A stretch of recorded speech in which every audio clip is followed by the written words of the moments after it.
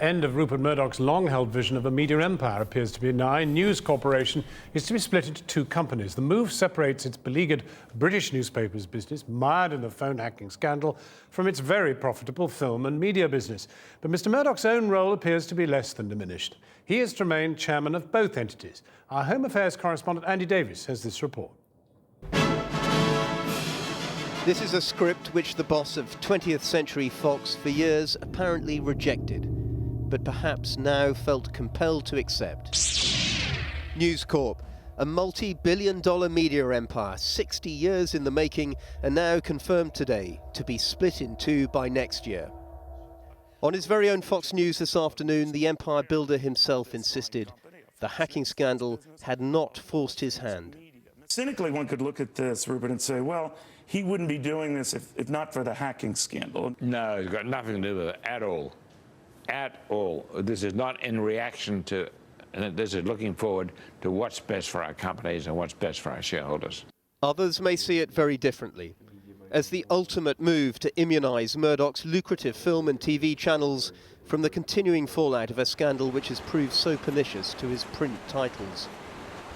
So this is what will happen. In one company, Murdoch will have his television and film businesses, including 20th Century Fox Studios, Fox Television and B-Sky-B. In the other, the publishing businesses, such as HarperCollins Books and all his newspapers, including The Sun, The Times and The Sunday Times. A big move, but one which seems to have gone down well with the markets. Since the story first emerged on Tuesday, News Corp shares are up nearly 10%, to their highest point since 2007. Murdoch will be chairman of both companies, but chief executive of only one, the TV and film business. News Corp boasted today this offered a better alignment of strategic priorities, as they put it. But for Murdoch himself, it is a notable loosening of a long embrace with the industry which made him.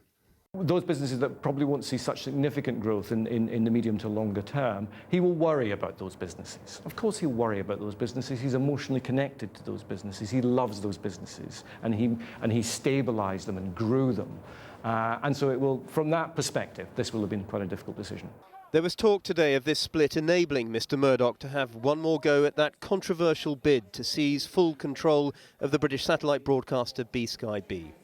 His answer appeared laced with bitterness over his recent experiences in London. Do you still want to bid for B-Sky-B, to buy it outright? I mean, you had postponed those plans. I think we've moved on in our own thinking now from that. Okay. The world itself... There was billions and billions of dollars, and if Britain didn't want them, we've got good places to put them here. I'm much more bullish about America than I am about England. Oh, really? So are you pulling back on no, British but I'm investments, not going, European investments? I would be a lot more reluctant to invest in new things in Britain today than I would be here. You know, as a result of what you went through? And things because like of what you went through? No, not at all. Just the English. Actually, it was the euro crisis he went on to blame, but the sentiment was all too clear, and it felt a bit like another Murdoch breakup was being confirmed today, not just the one within News Corp.